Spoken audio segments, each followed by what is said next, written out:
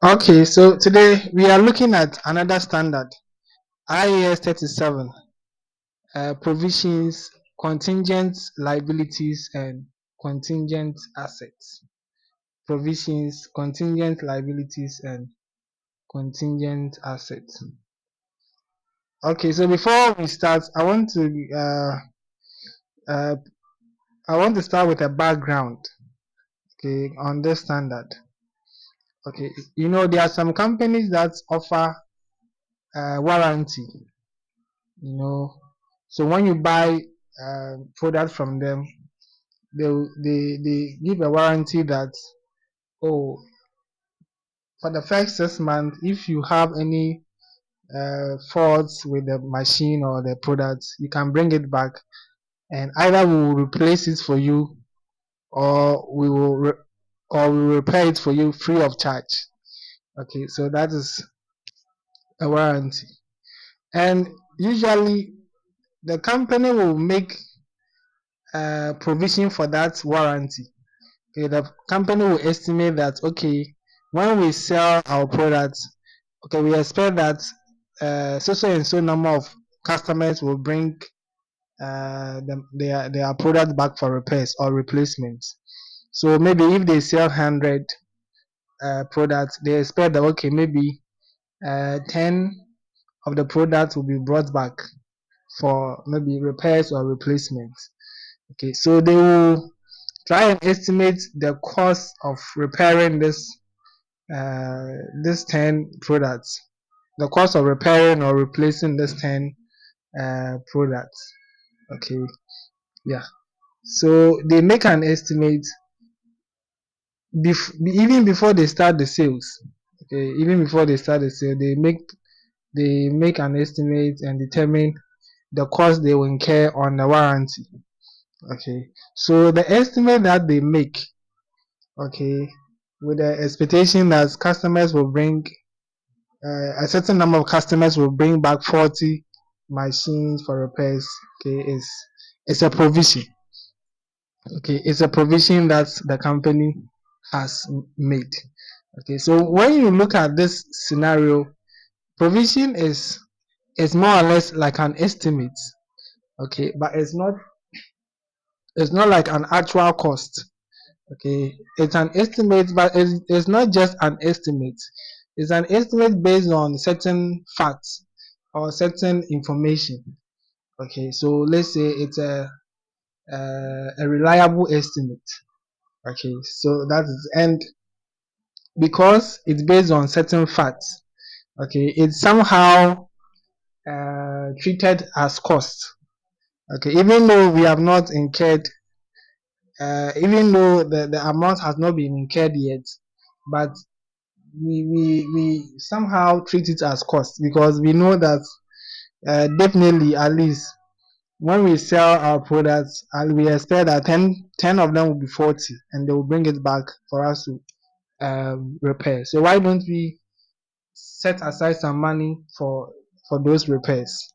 Okay, so that's what provision is mainly about. So the IAS 37 talks about the accounting treatment of provisions. So when we make a provision, how do we account for it in our financial statement? All right, so that's basically what provision is. Okay, so provision is a form of liability. Okay, so like I explained earlier, we expect a number of customers to return 40 equipment or 40 products. So it's a liability. But then the only issue is that it's an estimate. Okay, it's not like a real liability, but it's an estimate. So that is why it is called provision. Okay, that's why it's a provision. So according to IAS 37, okay, according to the standard, provision is a liability of uncertain timing. So the key word here is uncertain timing and amount. So the key words are uncertainty, okay, and then the time, and then the amount involved. Okay, so uncertainty means that, okay, we have given out the warranty and we expect 10 people to return 40 products, but it could be that more than 10 people will return the product, or less than 10 people will return the product. So that is where uncertainty comes in. Then the timing is also, we don't know when those equipment, when we sell, when those products will develop faults and customers will return them. We don't know exactly when those products we sold will be brought back for repairs. Okay, and the amount. So we also don't know exactly how much it will cost us to repair or to replace, because maybe there may be different faults, and every fault and then the cost of repairs. So we may know exactly how much the cost is going to be. But the bottom line is that at least we expect that somebody will return 40 products. That one we are sure on that. We are sure that some people will return 40 products that they bought. So that is why it's a liability. Okay, but the only issue is that there are some uncertainties surrounding um, this type of liability. Okay,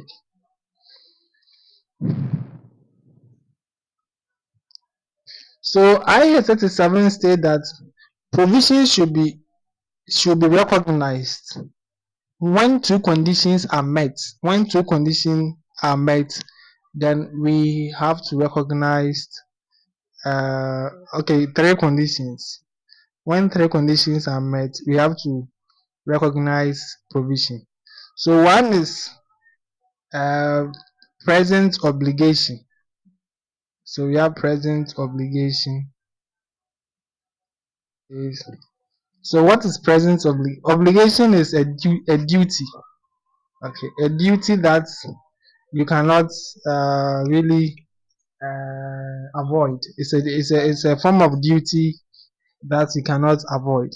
So if a company offers a warranty, it's like the company has committed itself that if the customers, if customers buy and then they buy products from them and there's a fault with it, they are obligated to uh, accept it and replace it or repair it. Okay, so by giving out the warranty, it's like you have committed yourself. The company has committed yourself. So the company has a present obligation. So anytime a company offers a warranty, they have a present obligation. Okay, because any moment customers can come in and say, oh, the product we bought from you, we are having problems with it. So either, and there are some instances where even especially for car manufacturing companies, sometimes sometimes they will even recall a lot of cars already in the system because they have detected a problem with maybe parts of components of that car model. So the company will recall a lot of cars back to their warehouse. Okay, so all these are, type of provision that they have to make for even in event of recall, they have to set aside money to allocate for that expense. Okay, so we have present obligation. The next point is that it is probable that outflow of economic resources. So here it talks about there's a probability of outflow of economic benefits. The probability of outflow of economic benefits. So it means we expect that we will have to at least pay to settle the obligation. Okay, so that is what we mean by outflow. Outflow of economic. So economic benefit could be money. Okay, outflow of economic benefit. So, for instance, a customer has brought a faulty machine. Okay, we have to repair it. So the cost of the repairs is the outflow of economic money is going out. Okay, out of from the company. Okay, so with provision, we should also expect that the company is going to lose some economic benefits. Okay, so that's the second point. The third point is that a reliable estimate can be made. So the company can be able to estimate the amount of the provision. Okay, the company should be able to estimate the amount of the provision. Even though the company may not know the exact amount, but they should be able to make let's say an informed estimate. Okay, an informed estimate. Okay, and they can estimate based on past performance or what has happened in the past. They can use it to predict the future. All right. So these three conditions must be met before we can recognize a provision. Okay. So if any of these conditions are not satisfied, a provision must not be recognized. Okay. So if we don't satisfy, okay. So the reason why this standard was brought up is to check what's the name, to prevent people or prevent accountants or companies from just making any provision anyhow without any proper backing. So this standard is there to ensure that before you make a provision, that you must have good reason for making that provision. Okay, and these are the three conditions, okay, that must be met before you can recognize a provision. So if these conditions are not met, you cannot recognize a provision. Cannot recognize a provision. Okay.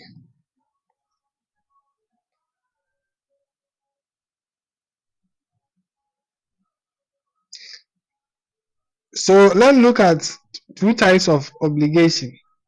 We mentioned that one of the conditions is there must be present obligations.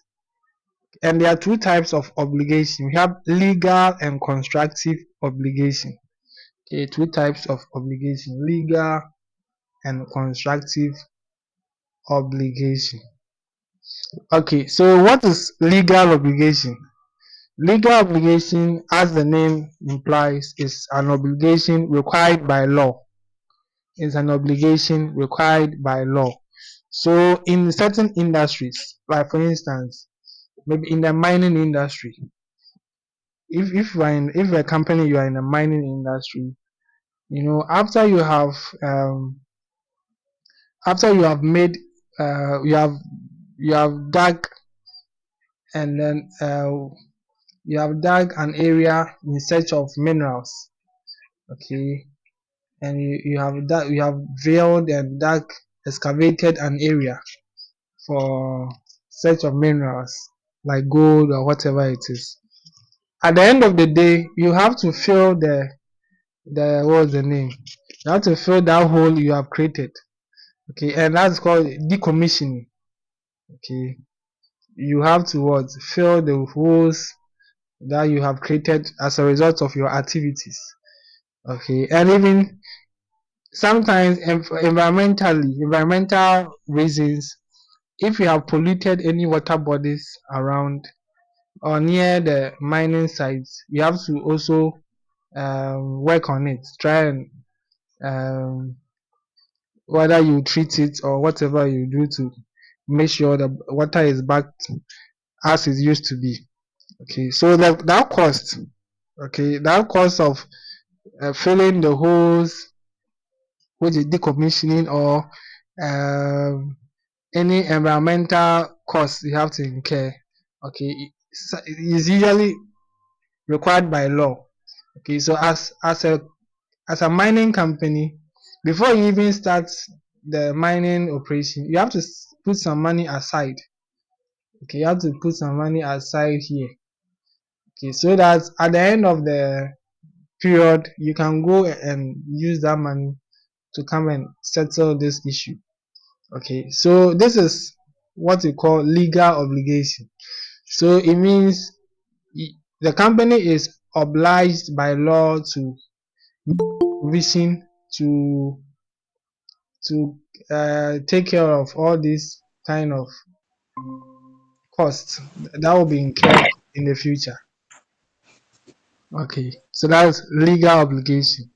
Then we have constructive obligation. Okay, constructive obligation is as a result of the company's own utterances or own promises. Okay, so constructive is based on the entity's own utterances or promises or whatever they have, or assurance. So a typical example is warranty. So you are a company, you have told your um, customers that if you buy from me and there's a fault in the next 1 year, bring it to me. I will give you a new one. Okay, you have said it, you have promised. Okay, so it means you have committed yourself. So if customer buys something from you and develops a fault within that period, then you have to make sure you replace it. Okay, so obligations come from constructive or from legal points, constructive points or legal points. Okay, let's look at measurement of provision. How do we measure provision? So, like we've already discussed, provision is an estimate. So usually it's based on what? Best estimate. Okay, we have to rely on our best estimate and based on the past performance. Okay, based on what has happened in the past, then we have to make a reliable or educated estimate or an informed estimate. Okay, not just any random estimate, but the estimate should be reasonable. Okay, so that is measurement of provision. So it's based on best estimate, and sometimes these estimates are made by experts. Okay, experts in the field, they know. I mean the likely amount that the company will incur. Like for instance, if a company has a case in court and uh, the case has not ended yet, but looking at how the case is going, it's likely the company is going to lose. Okay, but it is the lawyer who can at least estimate that okay, in case the company loses, they are going to be made to pay a certain amount as damages. So it is an expert who usually has to make the estimate. Okay, and if the provision has to do with an obligation that has to be settled in the future. Okay, if the provision has to do with an obligation that has to be settled in the future, like for instance the mining example. Okay, we start mining at year zero. We start mining. This is the area we are going to mine. Okay, and then we have drilled and made holes all over the place. These days, see how galamsey is destroying our water bodies and all that. So we have scattered this whole place.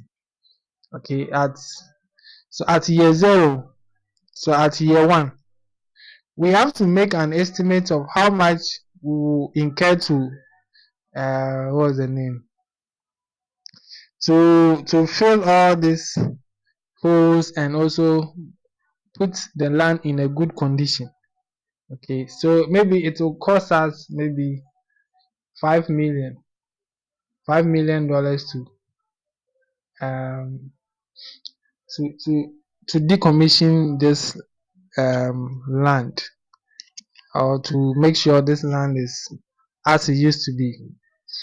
Okay, so because we are going to incur this amount in the future. Okay, let's say we are going to operate for 5 years. Okay, so we are going to incur this 5 million at year 5. Okay, so it means as we start the operation, you have to make provision ahead of time. Okay, you have to make the provision ahead, and it starts preparing towards it. Okay, and another issue is because this amount is in the future, you have to find the present value of this amount. Okay, yeah, at the beginning of the year or at the beginning of the operation, you have to find the present value of this amount, and we know how to find present value. You need to get the discount factor and then discount this amount to its present value. Okay, so this is where the provision is in the future. Okay, so um, we need to find the present value of that amount. Okay, so let's look at um, unwinding of discounts. Unwinding of discounts. So what is it? Okay, so let me do an example.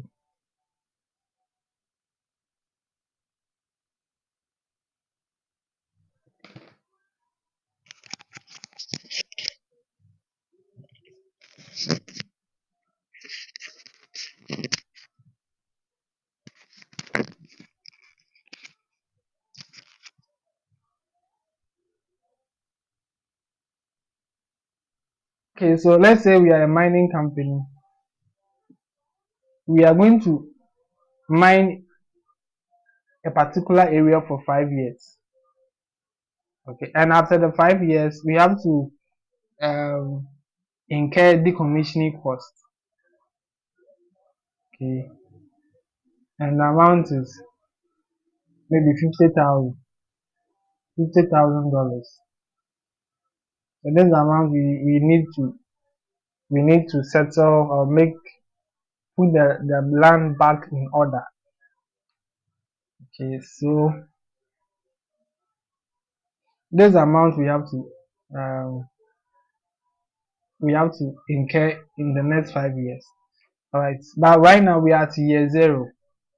Okay, we are year zero, year one, year two, year three, year four, year five. Okay, so this amount we are going to incur it here. Okay, so at the beginning of the year we have to make provision for it. We have to make provision for it, and we have to, because it's in the future, we have to find the present value. So let's say the discount factor is 5%. So let's say the discount factor is 5%. Okay, so it means um so this is so it means year one, a beginning of the year zero is going to 1 over 1 plus 5% raised the power 0. So this is a discount factor. So like that. So this is 2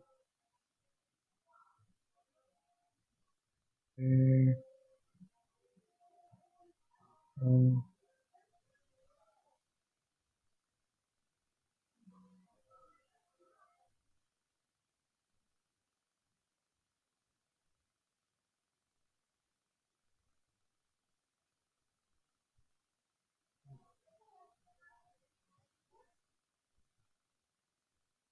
1.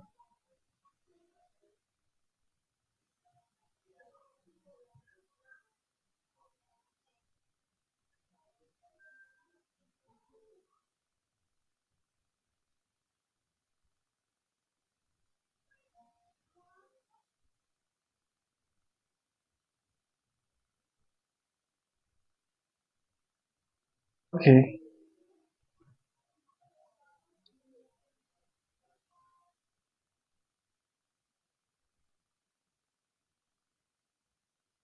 So this amount, this 50,000 is at year 5, right? We are going to incur it here, 50,000.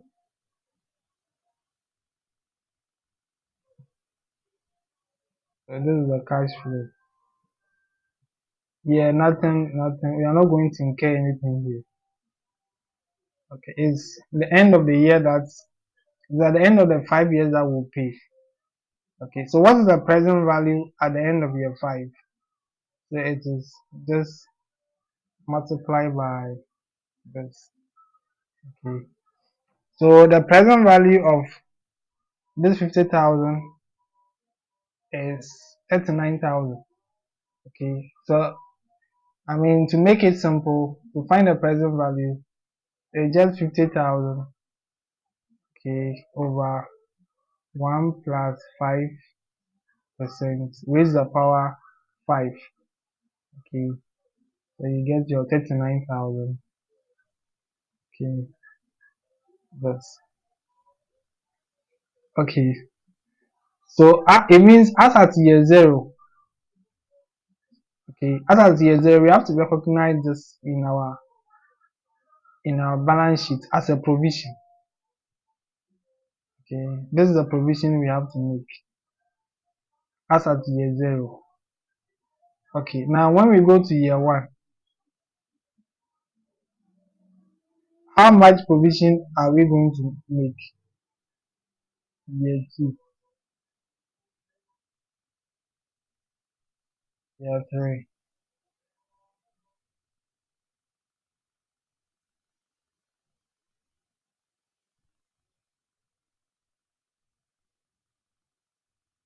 So year 2, year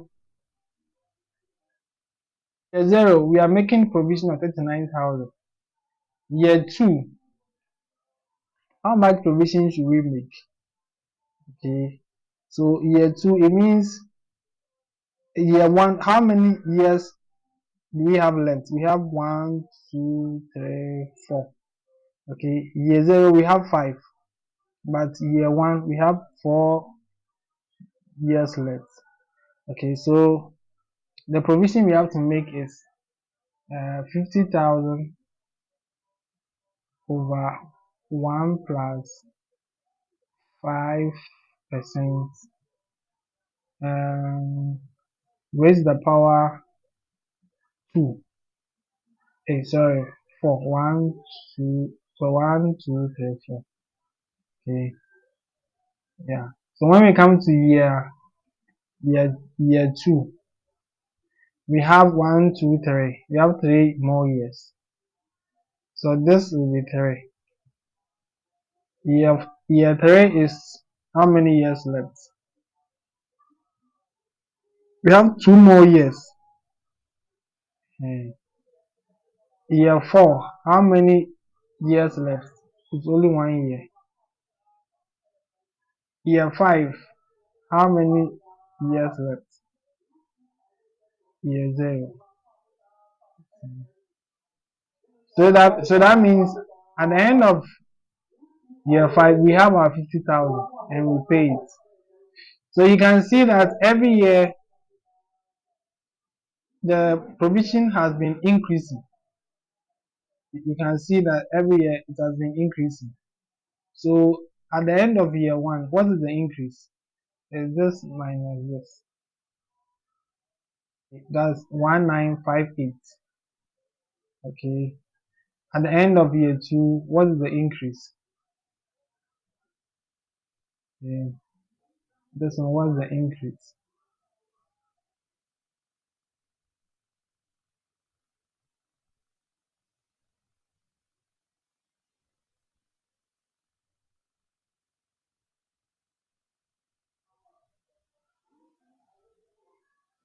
Okay.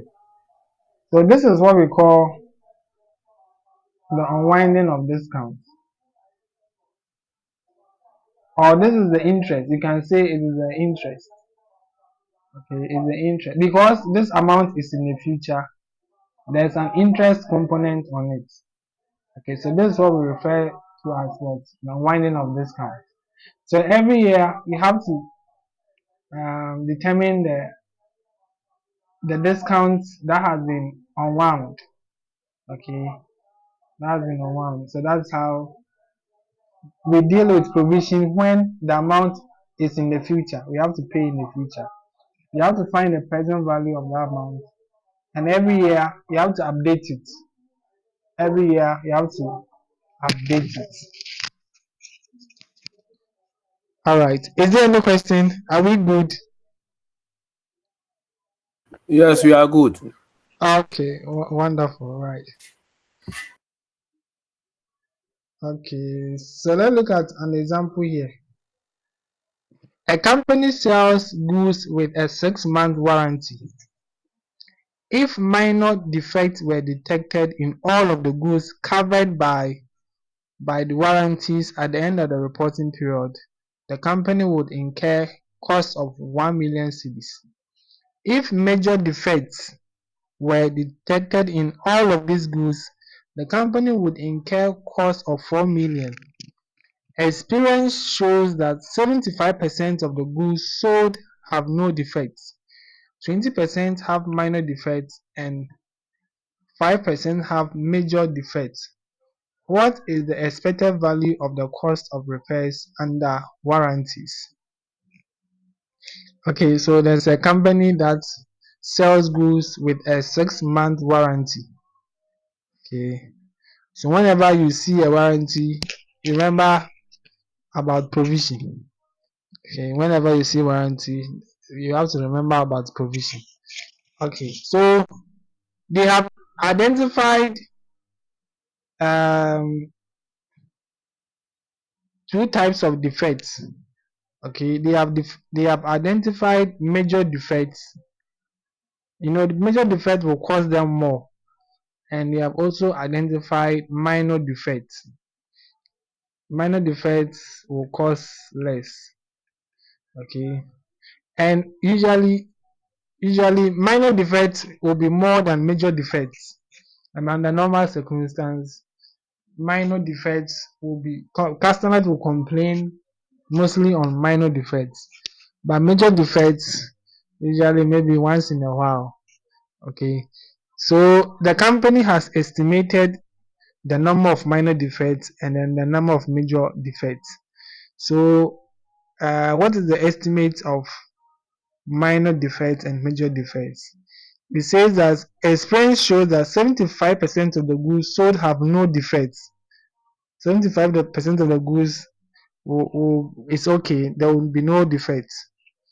20% have minor defects. So minor defects is 20%. 5% have major defects. So whenever they sell goods, they expect 5% of it to have major defects, 20% of it to have minor defects. So now we need to estimate the cost of major defects and the cost of minor defect. Now we know the probabilities. Now we need to know the cost. Okay, so what's the cost for each minor defect? Okay, it says if minor defects were detected in all of the goods covered by warranties at the end of the reporting period, the company would incur cost of 1 million. So minor defect cost is what? 1 million. Major defect cost is 4 million. See, okay.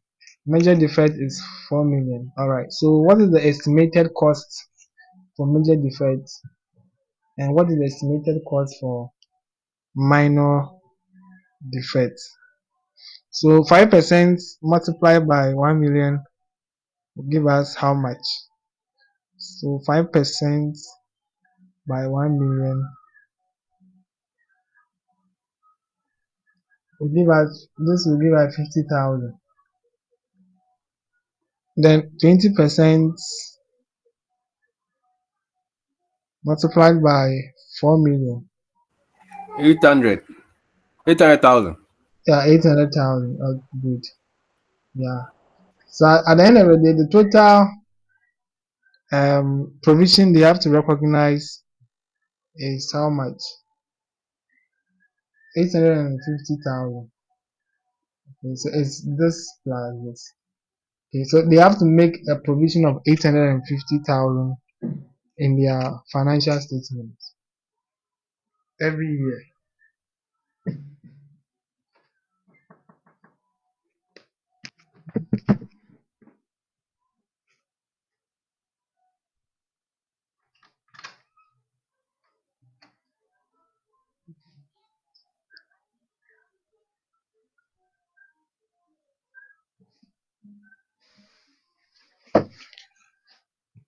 Okay, now let's look at contingent liabilities and contingent.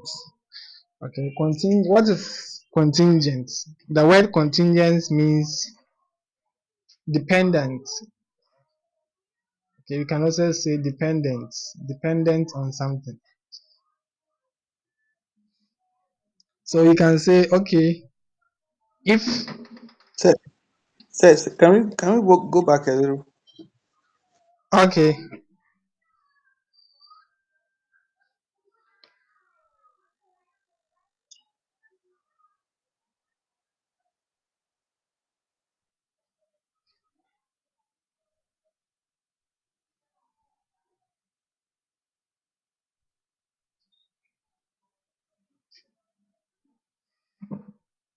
all right, are you okay?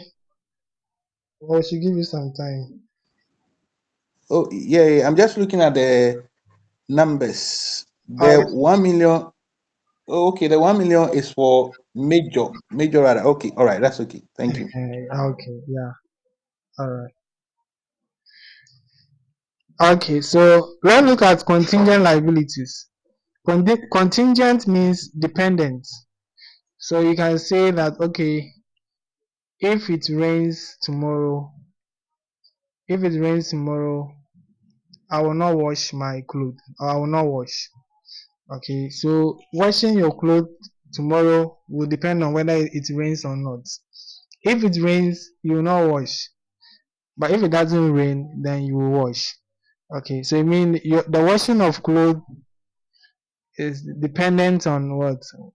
The rains.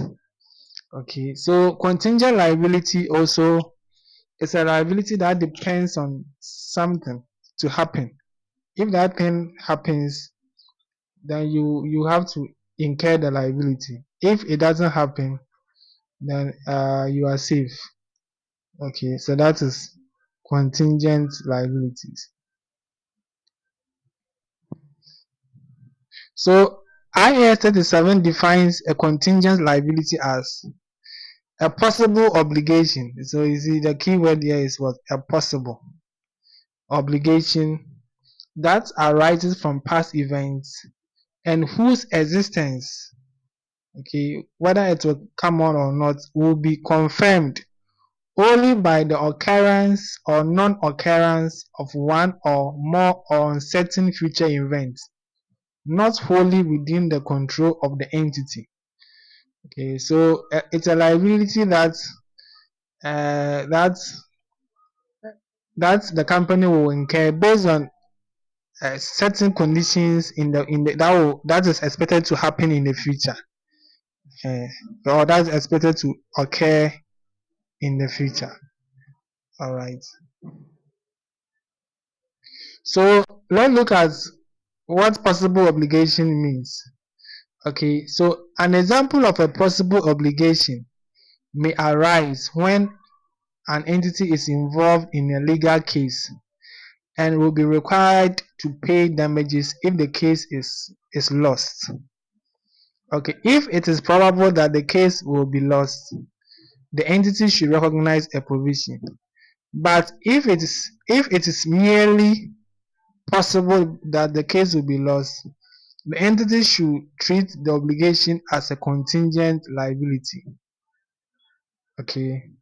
IAS 37 requires that contingent liability should not be recognized in the financial statements in the statement of financial position, but should instead be disclosed in the notes unless the possibility of an outflow of economic benefit is remote. Okay, so this whole passage is saying that possible obligation means that we don't have we don't have enough evidence, or we don't have enough facts, or we don't have any concrete facts or evidence to to say that okay, we have an obligation to meet. Like for instance, warranty. For warranty, you have told your customers that if you buy from me and there's a problem, bring it back. We'll give you a new one, or we'll repair it for you. So this one is like you have committed yourself.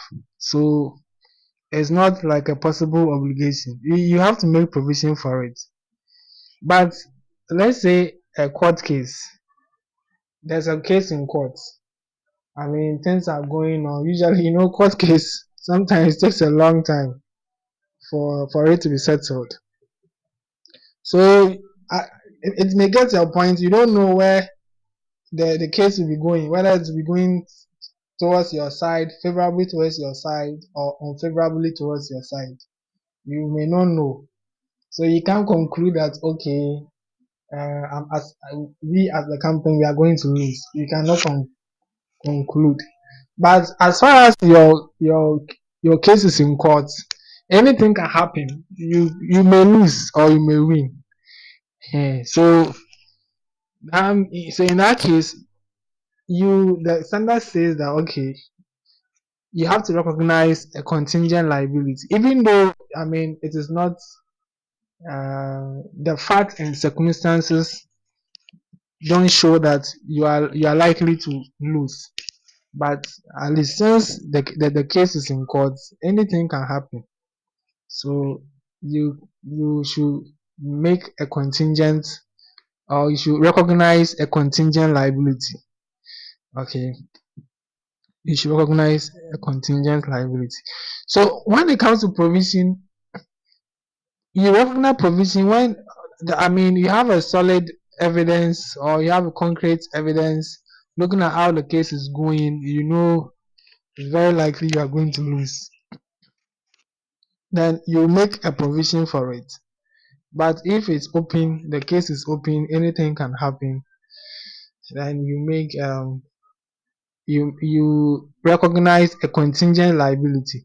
So a contingent liability, you don't you just add it in the note to the financial statements. So you say that okay, the company has a case with this customer, so and so, and this is the amount involved. So you talk about the details of the case, okay, in the notes, but we are not going to quantify it and include it in the financial statement as a liability. Okay, so that's how we treat contingent uh, liabilities. We indicate them in the notes. Okay, we don't. Okay, so we have contingent asset too. Okay, just as we have contingent liability, we also have contingent assets. And we can use the same court case. So when the case is in court, you can win, you can lose. You can win, you can lose. So if you win, you are going to have an asset. I mean, you are going to be awarded, or you are going to be compensated. If you lose, you are going to pay for damages.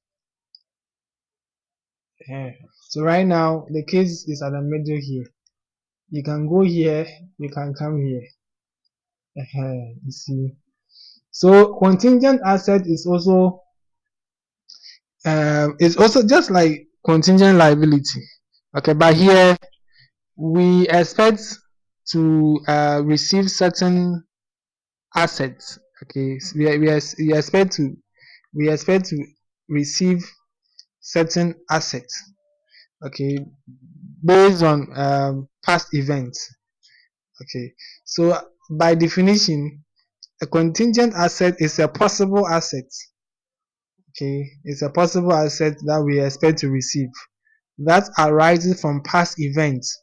So past event means maybe you already have the case in court.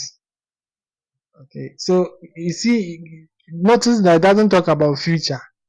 Okay, everything has to deal with the past.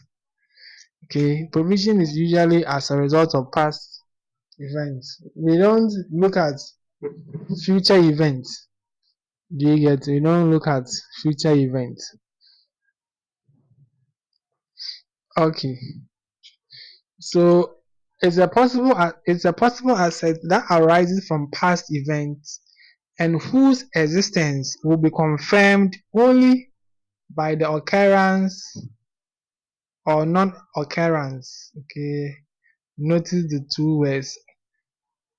Okay, the assets we receive is based on a certain event happening in the future. The event may occur, it may also not occur. Okay, so that is contingent assets. Okay, so we have a question here. In May 2017, ABC PLC, which prepares financial statements to 31st December, guaranteed a 100,000 Ghana cedis bank loan provided to DEF Limited. Okay. DEF Limited was in a strong financial position at 31st December 2017, but this had worsened by 31st December 2018. And it seemed likely on that date that ABC PLC would be required to honor its guarantee. Explain how this guarantee should be treated in the financial statements of ABC PLC at 31st December 2017 and 2018. So there's a company called ABC.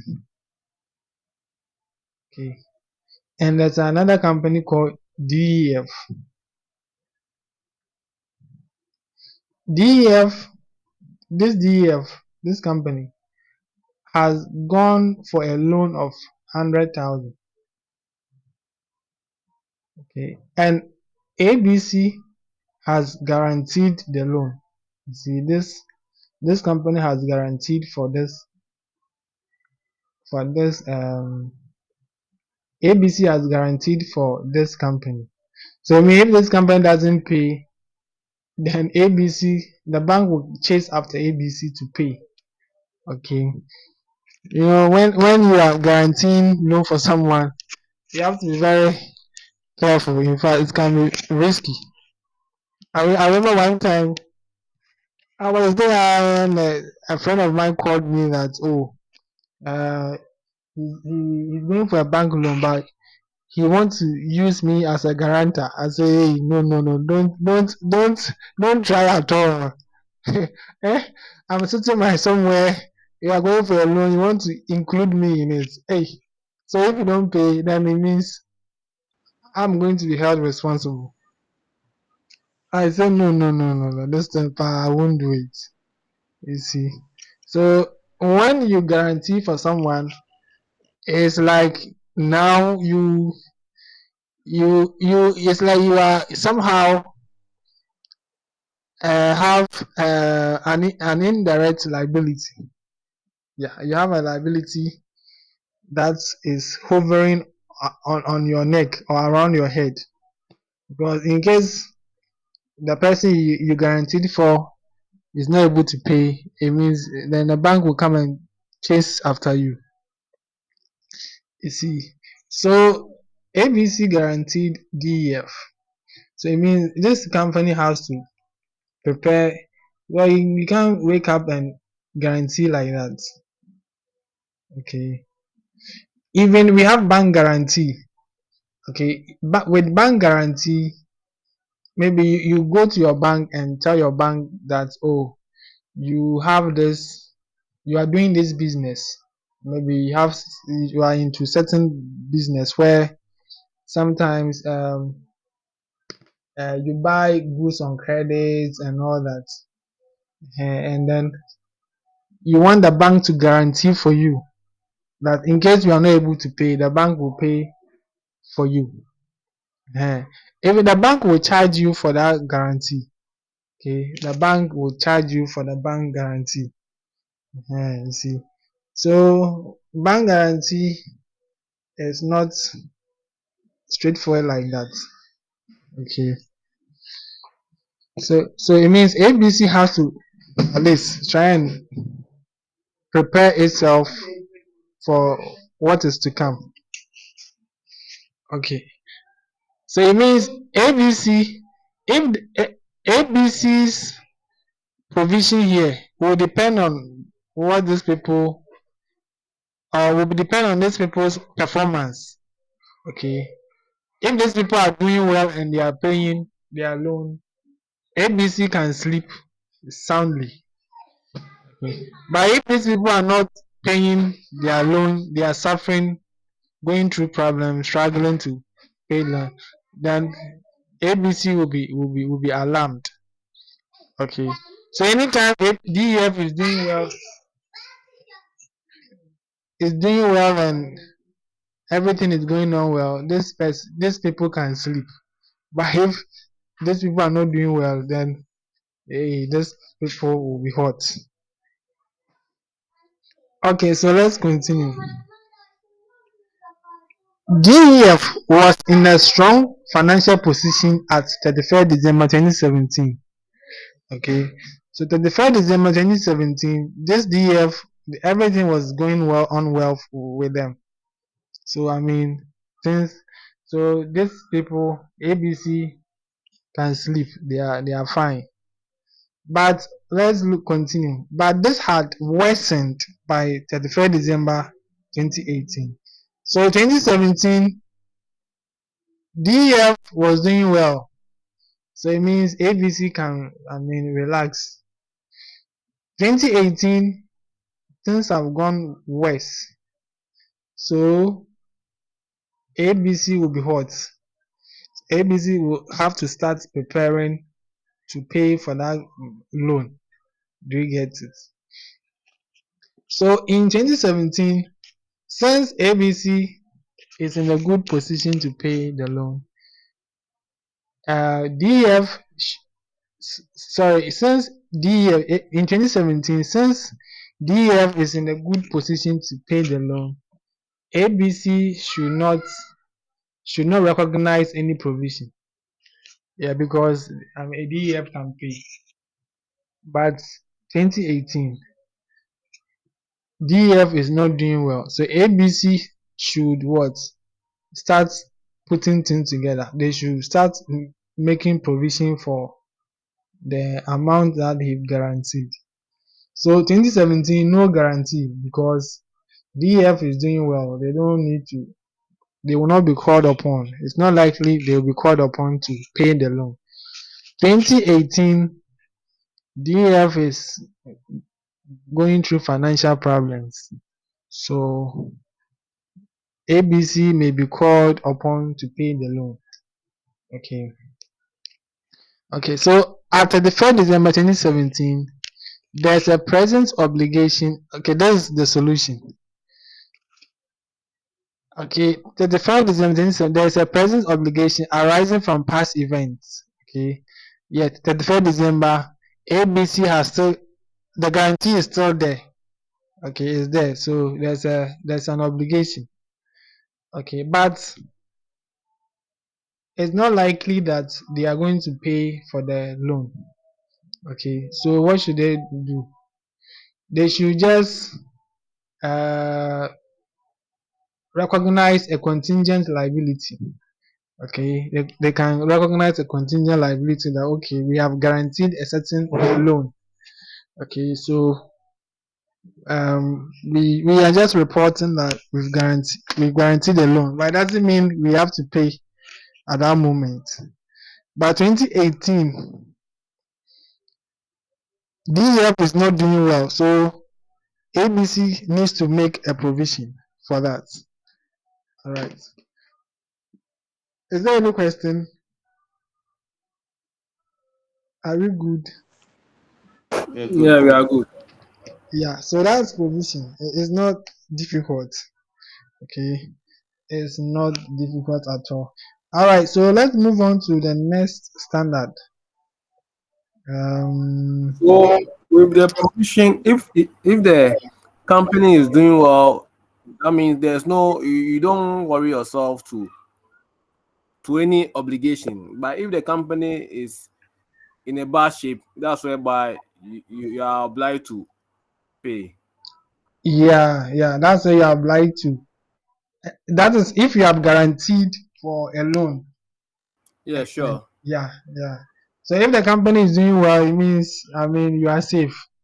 But if they are not doing well, then it means you you you have to get yourself ready.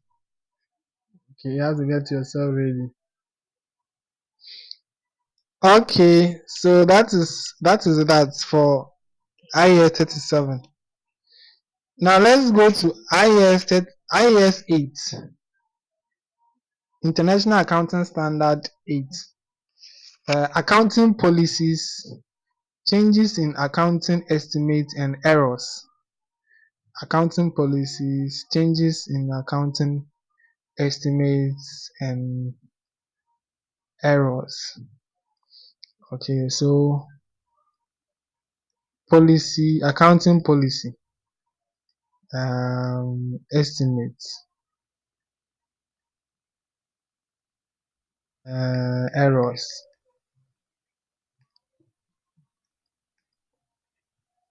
Okay, what is a policy? Okay, a policy is maybe an accepted principle that governs how things should be done. Okay, it's let's say an accepted way of doing things, an accepted way of going about things, okay, in an organization. So if you take HR policy, okay, policy uh, will spell out all the acceptable and unacceptable, maybe unacceptable behavior or acceptable behavior that the company will tolerate. Okay, or it will give you a set of principles that governs the HR department or the HR arm of a company. Okay, so that's HR policy. When we take accounting policy, mm, so the accounting policy will it's a policy document that describes how the accounting department should function, how the accounting department should run in terms of management, in terms of control, in terms of everything, how the whole accounting department should be regulated. Okay, so that is a policy. Okay, so a policy is a form of or provides a form of guidance. Okay, without a policy, it looks like everything will be open with no sense of guidance. But when there's a policy, the company knows that okay, if this happens, this is what we should do. If this doesn't happen, this is what we should do. See, so that is what policy is about. So this IAS 8, okay, is about accounting policies. Every company has or should have an accounting manual. Okay, okay. Every company should have an accounting manual, and in that manual you find the accounting policies. and all the accounting conventions and rules and principles that that company is using. Okay, so this standard is about how to deal with the situation when there's a change in an accounting policy. Okay, let's say we are using a particular policy for a number of years, maybe 2020 to 20, maybe 2000 to maybe 2019. We have been using there's a way we do or we account for a particular transaction, or there's a way we do uh, let's say there's a way of doing certain things in a business. Now from 2021, from 2020 onwards, we are saying that, oh, what we are doing in the past, we are no more going to do that. We are starting, we are coming up with a new policy. Okay, going 2020 onwards, we are abandoning the old policy and we are coming to use a new policy. Okay, so you can see that there's a break. Okay, there's going to be a break from the old and the new. Okay, now how do we connect the two policies? Okay, so the standard talks about how we are going to connect two policies when there's a change in an accounting policy. How do we connect the two policies? Okay, because this policy will give you these are two different policies, so they will give you different results. Okay, and when it comes to accounting, one of the fundamental principle is comparability. We should be able to compare our past and future performance, present, past, future performance. We should be able to compare. But if you can only compare if you are using the same policy.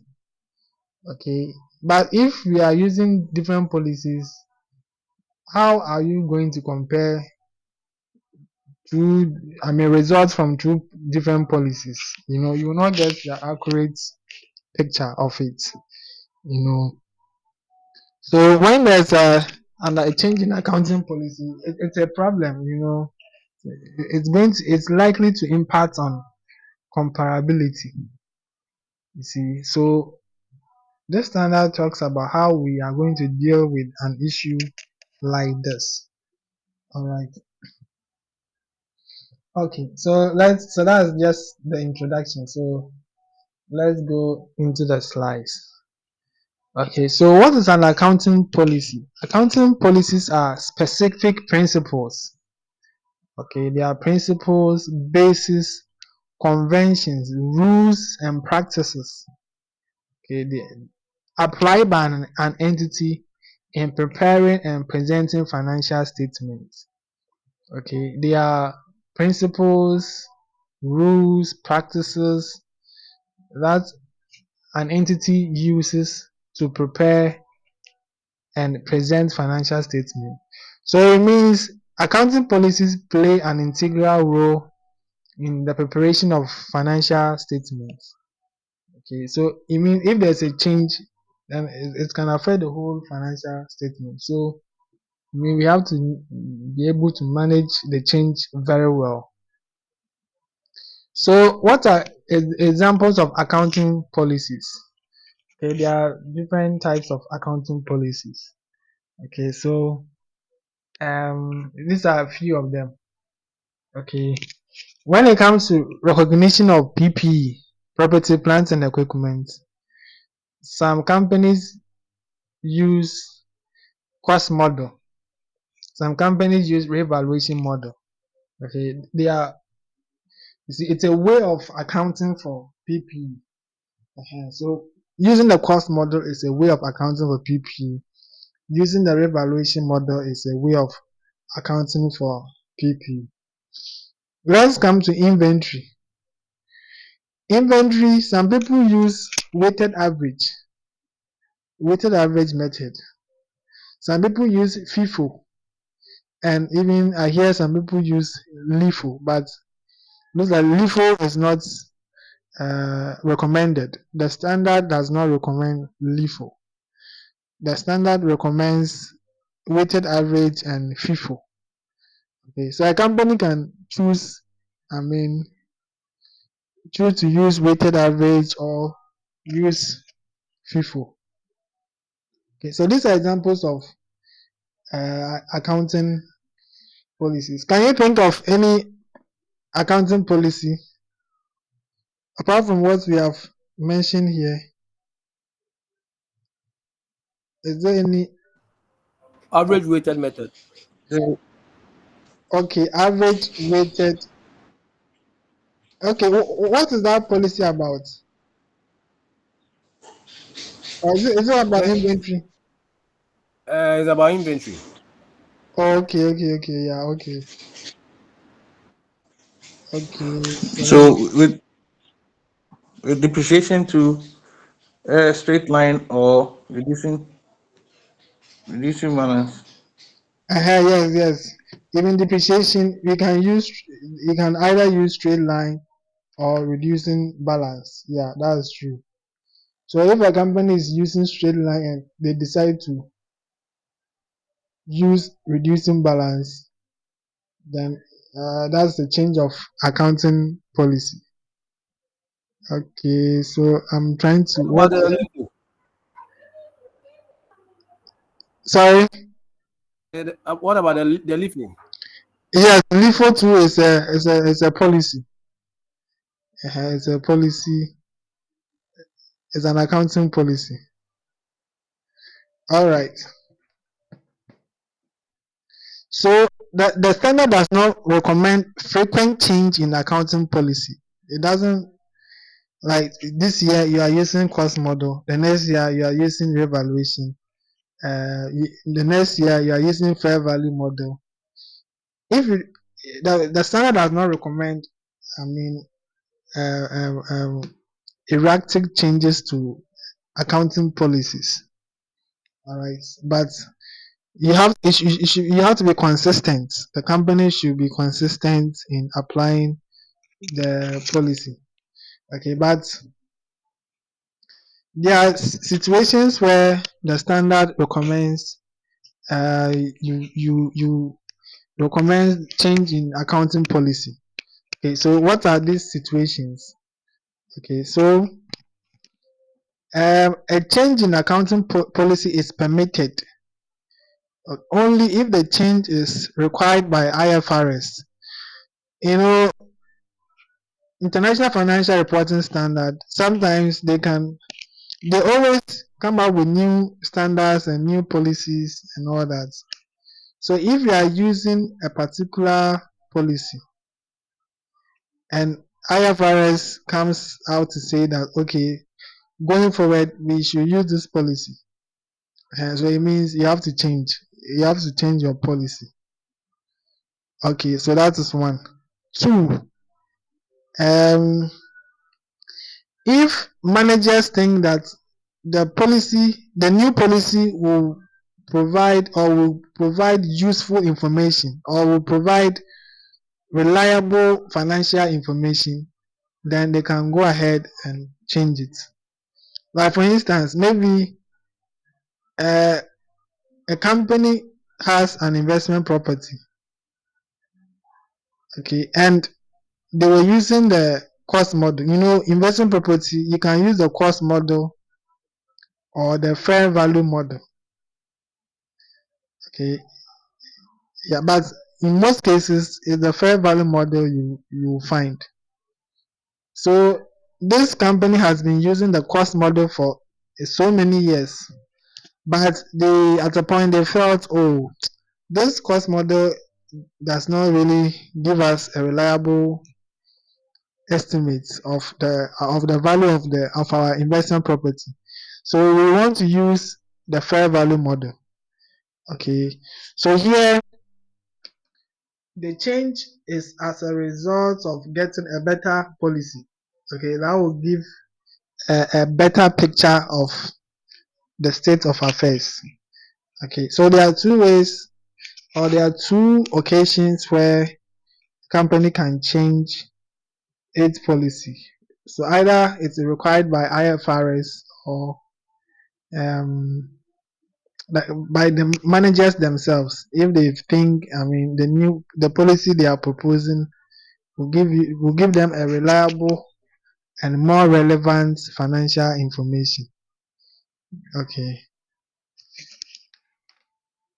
and also when there's a new IFRS, when uh, there's a new IFRS, usually it comes with a transitional provision.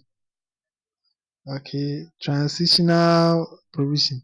So this document describes how companies should transition to the new policy that IFRS has brought. Okay, so it's a whole document that has to be followed. Okay, when there's a new policy, it is always accompanied by a transitional document which tells or which describes how or which provide guidance on how um, entities um, can transition to the new policy. Okay, all right.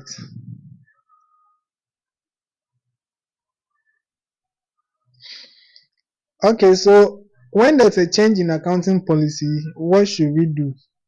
Okay, when there's a change in accounting policy, what is what is our work as accountants? Okay, so if there's a change in accounting policy, for instance, inventory, we have been using FIFO since 20 maybe 18. So 2018, 2019, 2020, 2021, 2022. We have been using FIFO all the way here. Then we go to 2023. The company says, no, now we are going to use weighted average. Okay, we are going to use weighted average. So in our financial statement, usually we have comparative years. So if we have 2023 here, we should have 2022 here. So in our balance sheets, inventory, okay, and our current assets, maybe we report inventory 500,000. This one is based on weighted average. Then 2020, this one is maybe 650,000. This one is based on FIFO because as at 2022, we were using FIFO. So can we compare? Can we make? Can we? Do you think we can compare the two figures, or we cannot? We can compare We can. Okay. Okay. Why can we explain how we can compare? because there's a change in figures comparing 2023 and 2022. Yeah. Yeah. Okay. Yeah. That's true. There's a change, but it could be that the change is as a result of the new policy. So maybe if we were using the old policy, maybe this amount would have been maybe 300,000. If we were using the old policy, it would have been 300,000. But because we are using a new policy, it's 500,000. So it will be difficult to compare this and this. Yeah, you can see there's a change, but maybe the change is because of the new policy you are using. Because they don't have the same base. We are using different bases. Before you can compare, you should have a uniform standard. Okay, everybody should be here. We should all have the same base. If someone's base is coming from here, if someone's base is starting from here, and this person, so on the first you think that, oh, we are the same, but meanwhile this person is down. This person, I mean, it has a whole lot of details that is hidden, unknown. So you would think that, oh, we can easily compare. Meanwhile, underground, there's a whole hidden info. Okay, so when it comes to comparison, we should all have the same. There should be a level ground. Okay, we should all have the same base. You see, so it means even though we can see the change, that, oh, the change is there, but it's not easy. Okay, so what we have to do, the standard says, before we can compare, then we have to convert this one to, even though this is FIFO, we have to also convert this one to weighted average. Do you get it? So that we can compare. I hope you get it. Yes. Yes. Yeah. Before we can compare, this figure has to be also changed. We should use this principle to come up with this figure. So the standard says that when there's a change in accounting policy, the change is applied retrospectively. Retrospective, the word retrospective means going back. Okay, so you are here, you go back instead of going forward, going back. So retrospective means, so that's 2023, go back to 2022. Okay, so when there's a change in accounting policy, after changing it in the current year, you have to go back to the prior year and also make the changes there so that we can compare the, I mean, the figures. All right. So a change in accounting policy is applied retrospectively. Retrospective means going back, okay, and making adjustments to the balances of previous year's results. Okay. As part of the retrospective adjustments, the entity has to adjust the opening balances of each item of equity affected by the change. Okay. So as you are going back, you have to also adjust the opening balances. So here, here, this amount, we have to go back and change it. But inventory, that this amount that we have here, okay, this is the closing balance. This amount has an opening balance. Do you agree with me? Every amount you see here has an opening balance before arriving at this closing balance. Okay, so let me do it. So 2023, 2022. So this is 500,000. That one was what? How much was this? Was this 650? Okay, this one we are using the weighted average. This one we are using FIFO. So this is inventory. Okay. Now let's look at this amount. Every item in the balance sheet has an opening balance plus maybe the transaction for the year, plus or minus the transaction for the year will give you the closing balance. Okay, so plus or minus the transaction for the year will give you this amount. Okay, so when you take inventory, you have an opening inventory, then you have purchases for the year. You see, you have purchases for the year, and what else? Opening inventory plus your purchases minus maybe the usage. Okay, what we had at the beginning of the year, 100,000. How much we added? Maybe 50,000.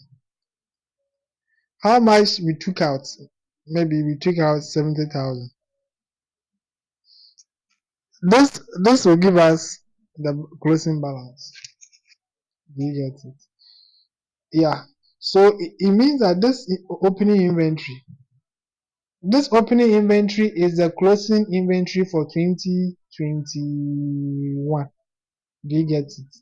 This opening inventory is the opening inventory for 2022 is the closing inventory for 2021. Do you agree?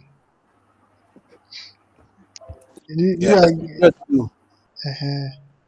Yeah. So it means that if we are revising this figure, we have to revise the opening inventory of this figure, okay, using FIFO. So using weighted average. Okay, we have to revise opening because this figure is not there like that. It's once had an opening inventory.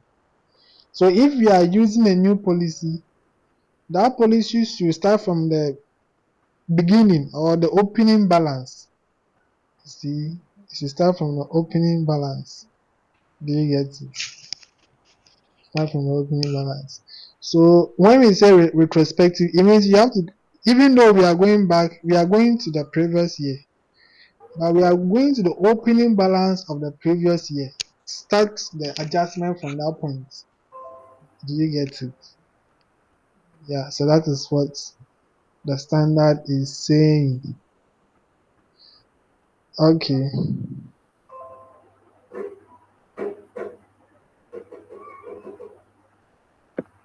Okay, so we have a practical example here. Okay, can somebody read for us? The company began trading on 1st January 2015, preparing accounts to 31st December each year. As at 31st December 2017, the company adopted a new accounting policy with regards to the measurement of inventories.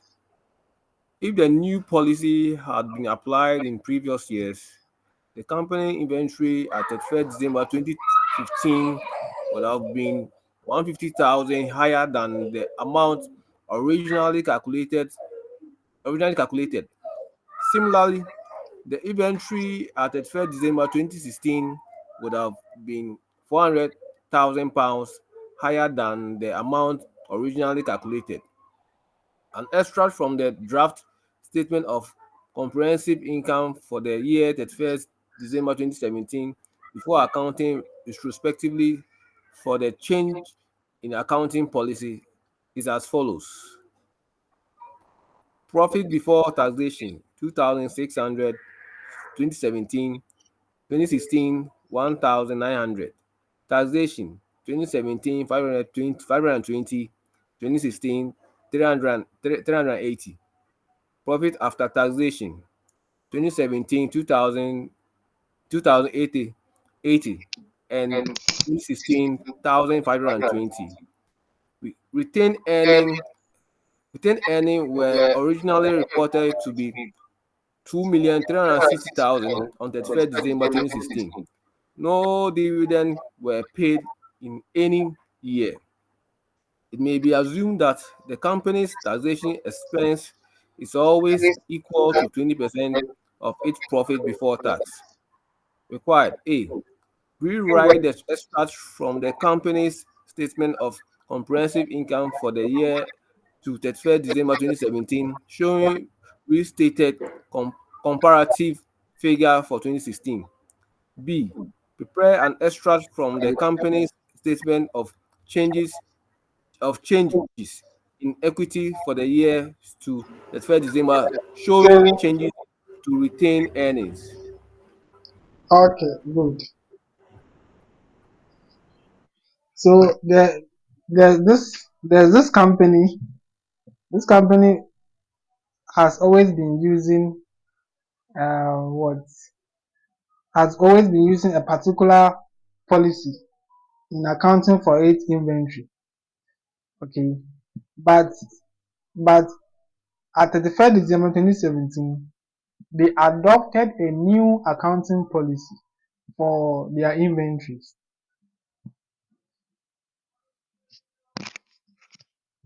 And you know, when there's a new policy, like we explained, we have to go back and try and find the opening balance of the previous year's figure. So we go back here, but these figures should have opening balances. So we have to go back and adjust those balances. Okay, so it's saying that if the new policy had been applied in previous years, okay, the company's inventory at 31st December 2015 would have been 150,000 higher than the amount originally calculated. So it's saying that if we go back and apply the new policy to the inventory as at 2015, okay, the amount that we got there, I mean earlier on, would have increased by 150,000. Okay, okay. Similarly, the inventory at 31st December 2016 would have been 400,000 higher than the amount originally calculated. So it means if we had used the new policy, applied the new policy in 2016, our inventory would have been 400,000 higher than what we got. You see, yeah. So uh, this question is telling us to try and make adjustments. Okay, taking into consideration the new policy. Okay, and make the necessary adjustments. Okay, so this question has to do with adjustments of inventories. Okay, so that's the first thing we should look at. It has to do with what? Inventories. Okay, it has to do with adjustment of inventory. And inventory affects both the balance sheet and the income statement. Is that not so? Inventory amount, when you go to the income statement, it affects the income statement. When you go to the balance sheet, it is there. Income statement is there. Balance sheet, it is also there. So it affects two of the reports. Okay. Under income statement, what account does inventory affect under income statement? What do you think? Under income statement, what account does it affect? It affects cost of sale. Do you get it? You know, cost of sale, the formula is what? Um, opening inventory Imbalance.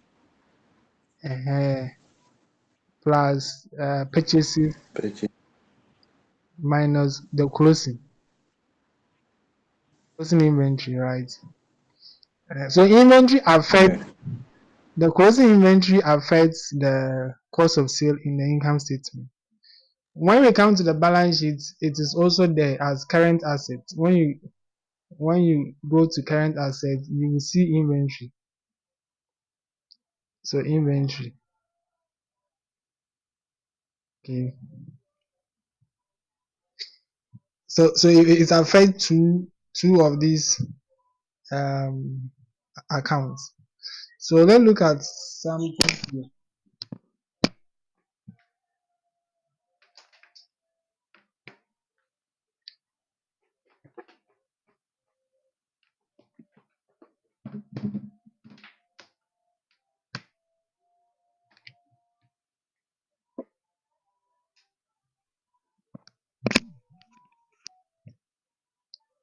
Okay, so let's go back to the question. Okay, let's start. The question started with 2015. It said that uh, if the new policy had been applied in previous years, the company's inventory at 31st December would have been 150,000 higher. See, 150,000 higher. So let's see something. We are 2015. 2015, we've already established that inventory affects income statement and our balance sheet. So we have our balance sheet here.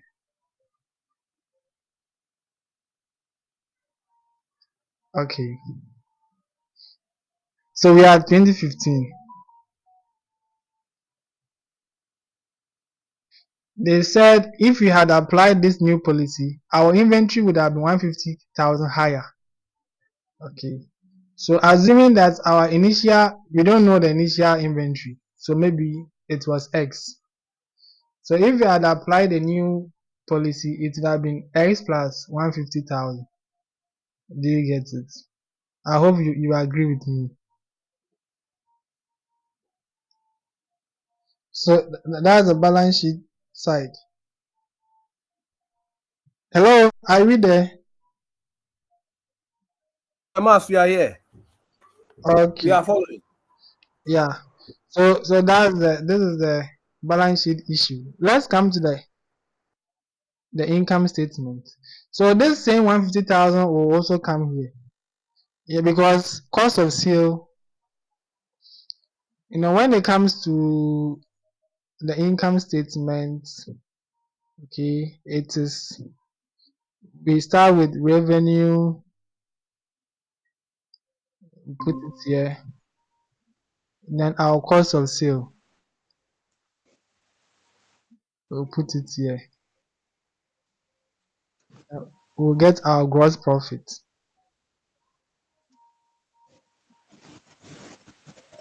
Okay. So they are saying, so in 2015, if you had applied, and we know our cost of sale is equal to opening inventory plus purchases minus closing inventory. Okay. So it means that in 2015, okay, our inventory should increase by 150,000. It means our cost of sale inventory here should have been this should have also increased by what? Our closing inventory should have increased by what? 150,000. Do you agree with me? Yeah. Yes, we agree. This same amount should be added to whatever figure we got here. So it means our closing inventory will increase. So if initially our closing inventory was X, now it will be X plus 150,000. Okay, so it means our closing inventory will increase by 150,000. So if closing inventory is increasing, what do you think will happen to our profit? If if closing inventory increases, what happens to cost of sale? Will cost of sale increase or reduce? Yeah. It will go up. It will increase. Look at it Inventory. again. Sorry. Reduce. Yeah. It will If your inventory increases, what will happen to cost of sale? It will go down. Is that not so? yes. Yeah. If your inventory increases, it means you sold less, so your cost of sale will be less. Okay. If your inventory reduces, it means you sold more, so You sold more. your cost of sale will increase. So if your inventory is increasing, it means your cost of sale will reduce. You will- And if your cost of sale reduces, what will happen to your profit? It will increase. Is that not so? Yes. It's Yeah, correct. yeah. If your cost of sale is reducing, your profit will increase. So it means 2015, our profit will increase by 150,000. It will increase by the same amount of the what's the name of the one of the inventory. Okay, so our gross profit will increase by what? 150,000. Do you get it? Okay. Then we know that we have to apply our tax. Okay, so our gross profit would have increased by 1,000, assuming that there were no other well, let's say expenses. Okay, so this is like extra income. Okay, this extra income. So we have to apply um our tax of how much? Um, the you say 20%. It may be assumed that the company's tax expense is always equal to 20%. So our tax is what? 20%. So 20% of 150,000 will give us how much?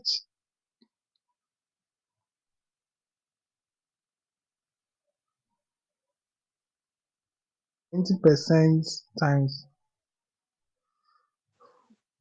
150,000. 30,000. Okay, 30,000. Okay, so our profit after tax have been 120,000, right? Yeah, we'll probably have to calculate that. So this is saying that by applying the new policy, our profit after tax will increase by what? A further 120,000. Do you get it? That's what this is trying to say. Our profit after tax for 2015 would have increased by what? 120,000. I hope we get the idea. Or it's confusing. Oh, you get the idea. Uh-huh. So we are done with 2015. Let's go to 2016.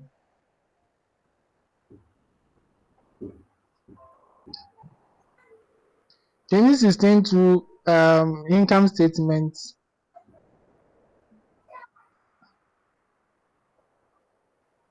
Our balance sheet is here.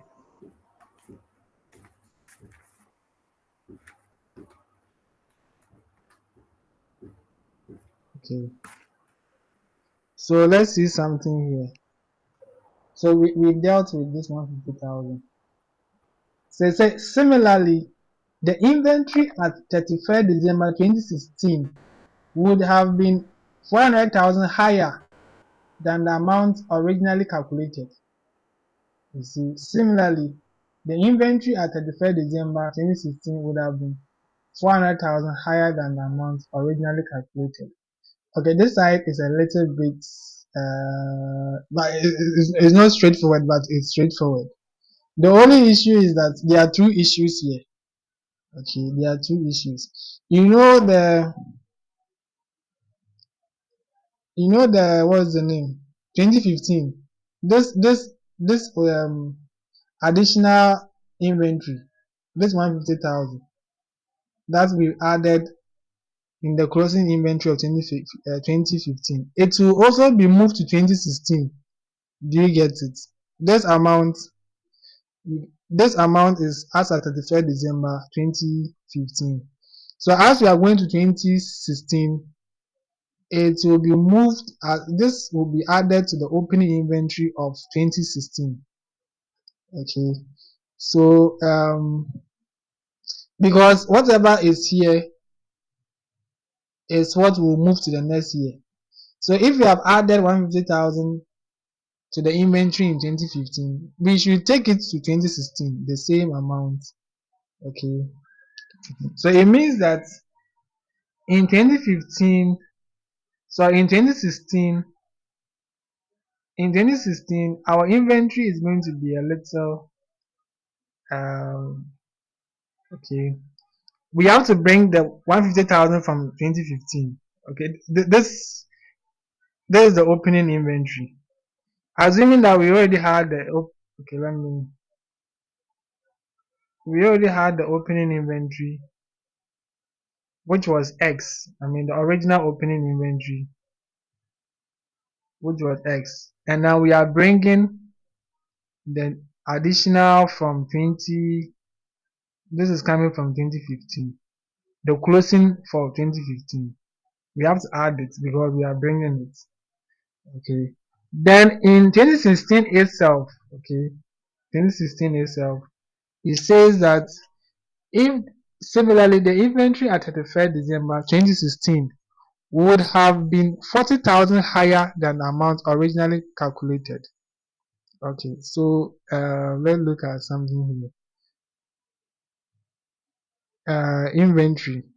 So we have opening inventory plus purchases minus closing. Okay,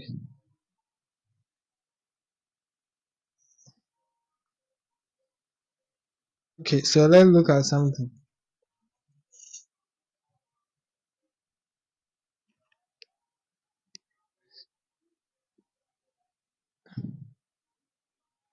Okay, this opening inventory will be X plus the 150,000. Okay, this is coming from 2015. Okay, purchases is fine. The closing too, they said there was an increase of how much? 400,000. Okay, that's what 400,000. There was a further increase of 400,000. Didn't get it.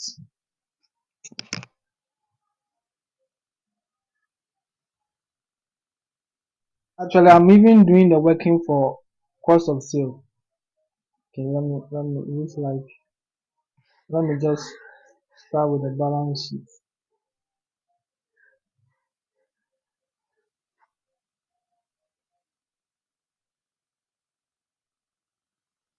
Let me start with the balance sheet first.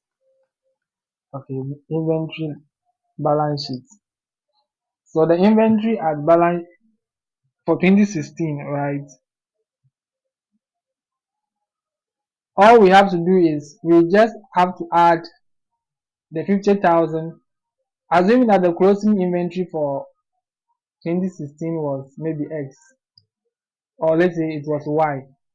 Okay, we will just add the 50,000 to it. Hey, sorry. Yeah, the 50,000, which is coming from the previous year. All right. It's 150. Yeah, it's 150. Yeah, sorry, 150.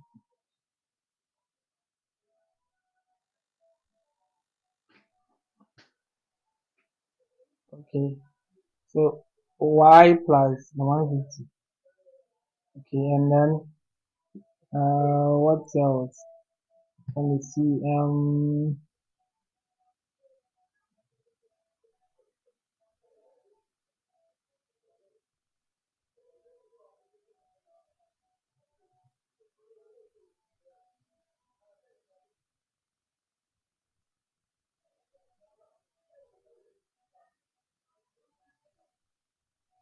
Okay, I think that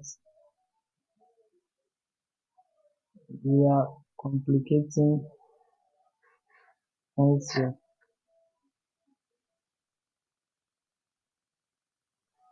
A balance sheet entry.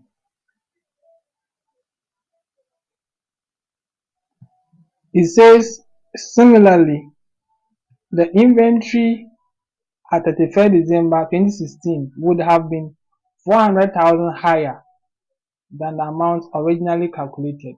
400,000 higher than the amount originally calculated.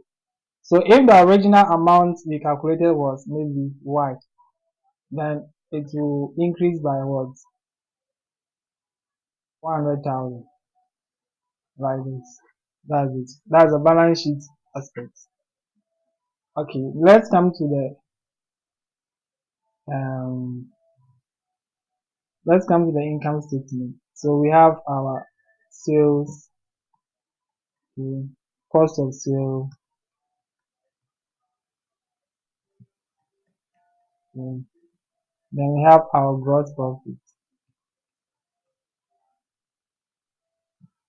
Okay, so we know that cost of sale is equal to what? Opening inventory as purchases minus closing inventory, like this. Okay, this is 2016. Okay, so opening inventory, we know that 2015, our closing inventory increased by 150,000. Do you get it? So when we come to 2016, our opening inventory will also increase by what? 150,000. I hope you get it. But whatever happened the year end of 2015 is what will move to 2016. Okay, purchases, we are not interested. Then the closing inventory, they said the closing inventory is 400,000 higher than the amount originally determined. So this place will be plus 400,000. So in 2016, two things are happening. Our opening inventory is increasing. Our closing inventory is also what? Increasing. So we have to know the net effects. Okay, the net effects. So when your opening inventory increases, what do you think happens to your profits? If your opening inventory increases, how does it affect your cost of sale?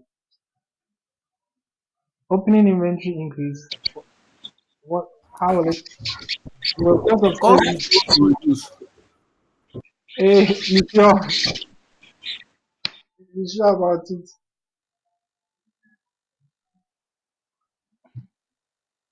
If opening inventory increases, what do you think? Cost of sale will also increase. Cost of sale goes with increase in cost of sale goes with increase in um. So let me give, do an example. Let's say that we have opening inventory, maybe 1,000 cedis. Purchases, maybe 1,005. Closing, maybe 700. Okay. So our cost of sale is going to be what? Opening inventory, Purchases minus 700. yeah, minus 700 is 1,800. Now let's assume that everything is the same, but our opening inventory has increased. These two are the same. Okay. But our opening inventory has increased to what? 1,500. So this one is the same. This one too is the same. So what do you think will happen to our cost of sale? This plus this minus this. Yeah. Are we finished? Yes, it will increase. So if your opening inventory is increasing, cost of sale will increase. Okay, but if your closing inventory increases, that's where cost of sale reduces. So assuming that this is the same, this is the same, but our closing inventory has increased to maybe 1,005. You can see our cost of sale has reduced. Okay, so when it comes to opening inventory, when there's an increase, it increases our cost of sale. When there's a decrease, it reduces our cost of sale. Do you get it? Yeah. So it means that here our cost of sale is what? Increasing by what? 150,000. Now let's come here. There's an increase also of closing inventory. So if closing inventory increases, what happens to cost of sale? Cost of It's sale going to will reduce. cost of sale will reduce. So you can see cost of sale is increasing and it is reducing. So we need to know the impact. Okay, then we need to know the impact. So the impact is, so when the cost of sale reduces, it means if cost of sale reduces, what happens to profits? Our profits will what? But probably to reduce. Increase. Our profits will increase. So it means Yeah, it's going to increase true. our profit is increasing by 400,000. Okay, and also reducing by 150,000. Do you get it? Or it's confusing? Yeah, this one will cause our profit to increase. This one will cause our profit to reduce. So at the end of the day, we need to find the net impact on our profit. Do you get? So what's the net impact on our profit? Two It's fifty. 250,000. Yeah. So at the end of the day, our profit will increase by what? Two 250,000 fifty. for 2016. Okay, then we apply our tax on it because this is like an additional profit. So the company has um to increase in profit. So that's 250. Then our tax is 20%. So how much are we going to get? Two. That's 50,000. Oh, is that necessary? Yes, it is. Yeah. So minus 50,000. So we are getting to, so the net profit after tax is going to be like 200,000. Okay. So because of the new policy, our net profit for 2016 has increased by what? 200,000. Do you get it? Okay, let's go to 2017. That's the last year. Okay, 2017. Let's go back to the notes. What is there? The 2017.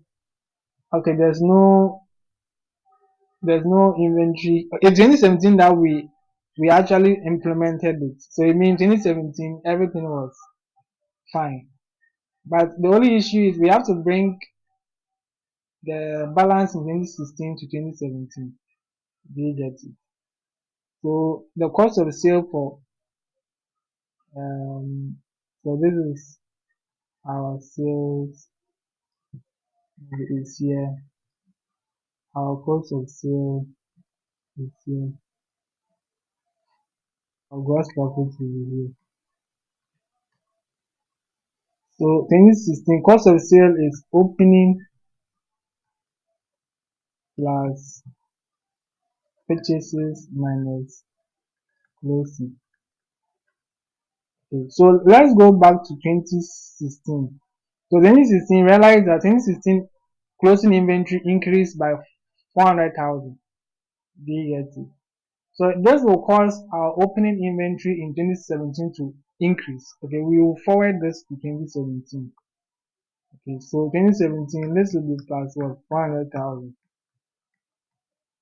But the rest is fine. So it's only this the opening that will be affected. Okay. So here our opening inventory is increasing. So what will happen to our cost of sale?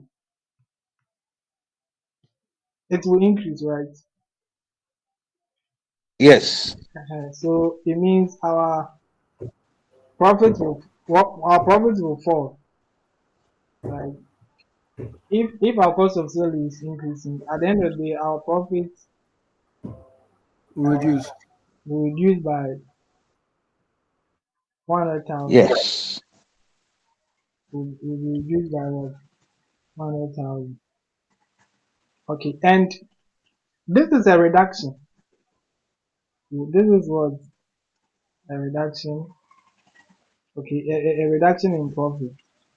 So we are not going to okay, we are going to apply tax, but here it's a tax saving. It means that we initially pay tax, additional tax of 100,000. Okay, which shouldn't have been the case. Okay, so right now we are what, even though we are calculating our tax here of 20%, it is not a tax expense, but it's rather a tax savings. It's like you pay tax on 400,000 already, and later on you realize that even that income shouldn't have been there. So you want to know how much tax you paid so that you get it back. You get your tax back. So this is not like a tax that you have to pay. I hope you get the idea. This is 80,000. Yes, sir. But So this is a tax sir, pay. Yes, when you go back to 2016, the balance sheet side, 26. if we had Yeah, here. yes, if the balance sheet side, if we had an increase of 150 in inventory from 2015, and then in 2016 the closing stock was more by 400,000. Are we Mhm. also going to put the net to 2017, or we'll take the 400,000? Please, can you come again? No, I'm saying that this is the balance sheet side where we will have the uh, closing inventory. Okay, closing We inventory. brought we brought 150,000 from 2015 as opening balance. Oh no, okay, I get where you're coming from. That yeah, it was a mistake. It was so for the balance sheet side. Okay, all we need to do is we need to adjust the what's the name, the addition.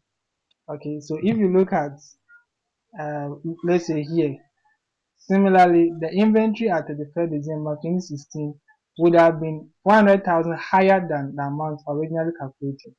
So in the balance sheet side, all we need to do is to add the 400,000 to the closing inventory. I mean, to the existing, we don't have to think about the opening, because this 400,000 incorporates the opening and everything together and giving us this amount. I hope you get the idea. Okay, okay, Because the closing inventory is just a bulk figure, it's just one figure. It's not like cost of sale where we have opening and do you get it? okay, all right. Yeah. Okay, so right now this is a tax savings. Okay, so we have we dealt with all the issues. So the question says that we should do what? Rewrite the extracts from the company statement of comprehensive income for the year to 31st December 2017, showing restated comparative figures for 2016. So they are saying what they've done here, we should rewrite it with the new figures.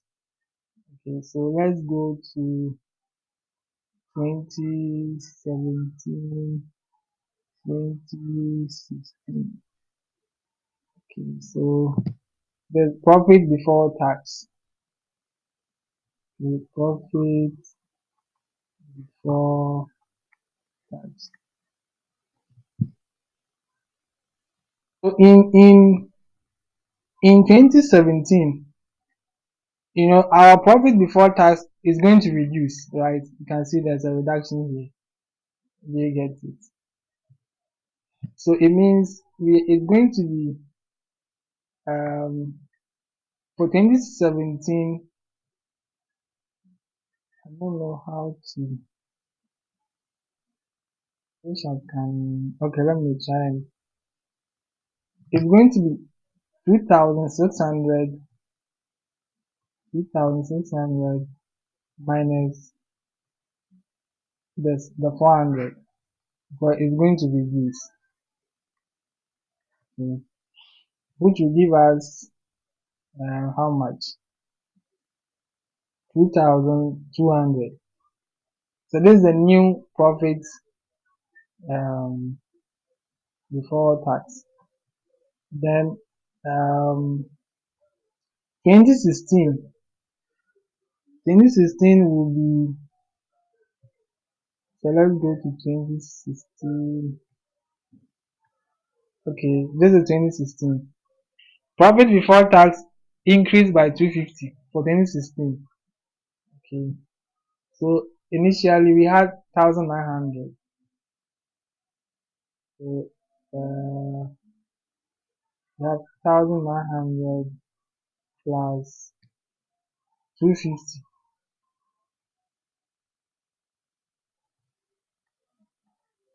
Okay, so how much are we going to get?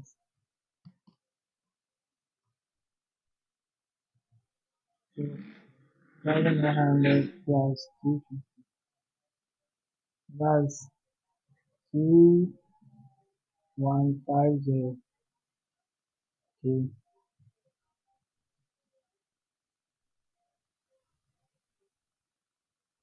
Or I should do the working somewhere and then. Because if this is here, it's making let's see. I think it's okay. It's It's okay. okay. We can manage. It's, Okay. yeah, it's okay. All right. Yeah. So we are done with the profit before tax. We have done the changes. Let's come to our taxation. So tax 2016, sorry, 2017, the initial amount was 520. Okay, okay.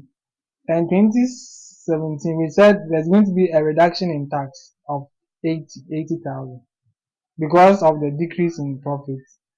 It will also lead to decrease in what? Tax. Okay, so how much are we going to get?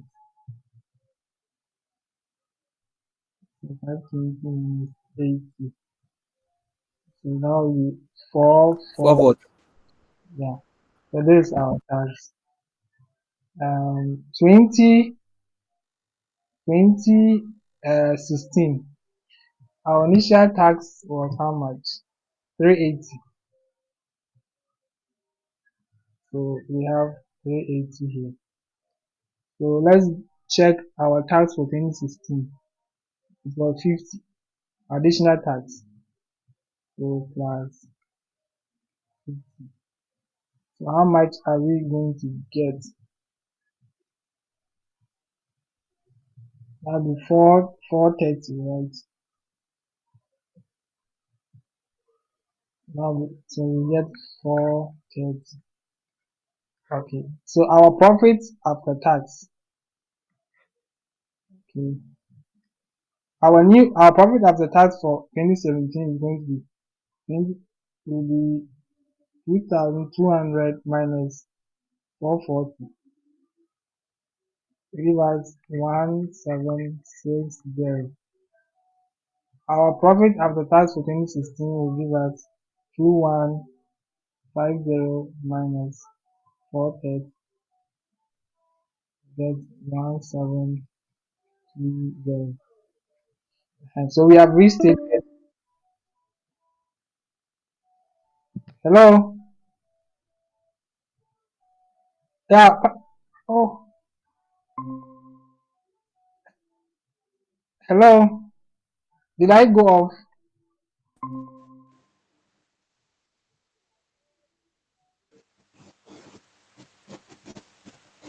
Hello? Did I go off? Oh, yeah, yeah, yeah, yeah. Okay, good, good. Yeah, so these are restated profits afterwards. Tax.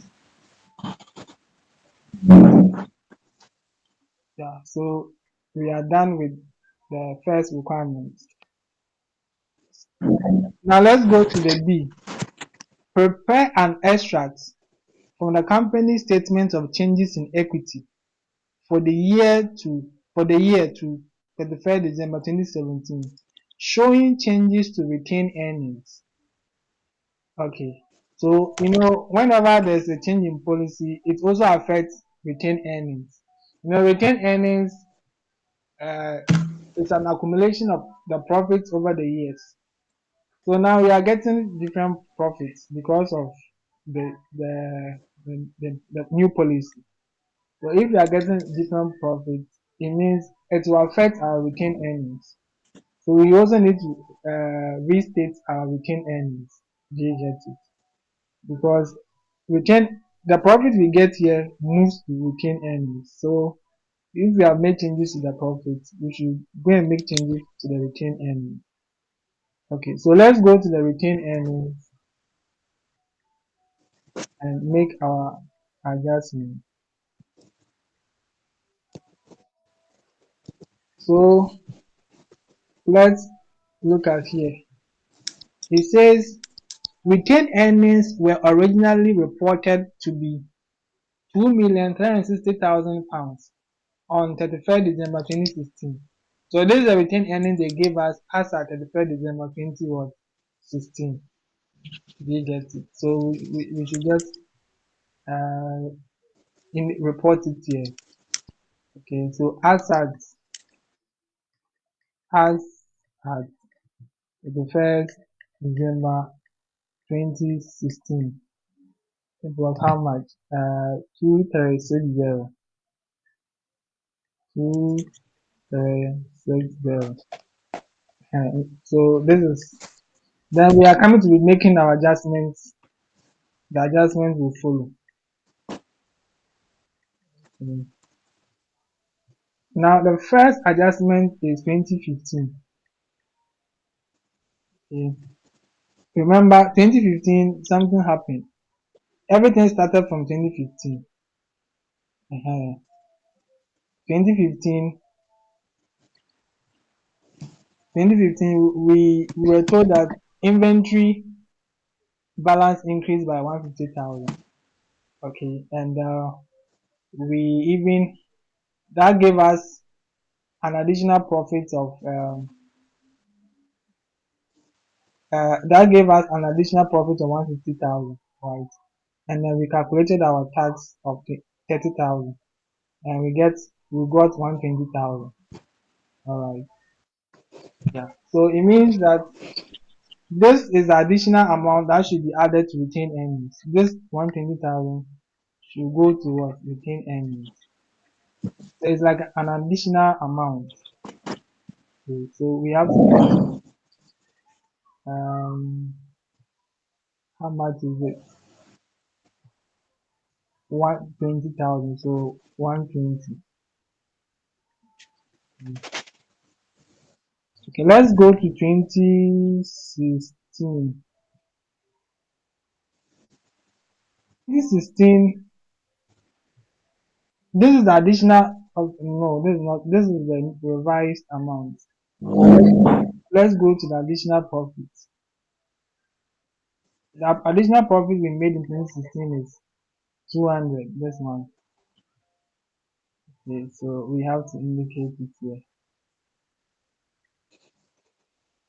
Okay, this.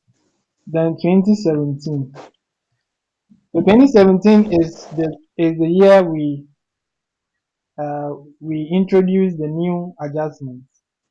All right. So this is a new amount. It has not been included in the retained earnings yet. So we can include the whole amount in the retained earnings. So this one 1760. Okay. So at the end of the day, what will be our retained earnings balance? So that's 2360 plus 120 plus 200 plus 1760. So we get 4440. Okay.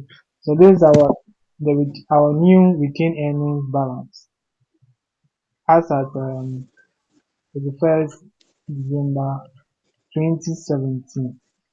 Okay. So now we can going forward we will be using the new policy. Okay. So we've gone back to make all the changes.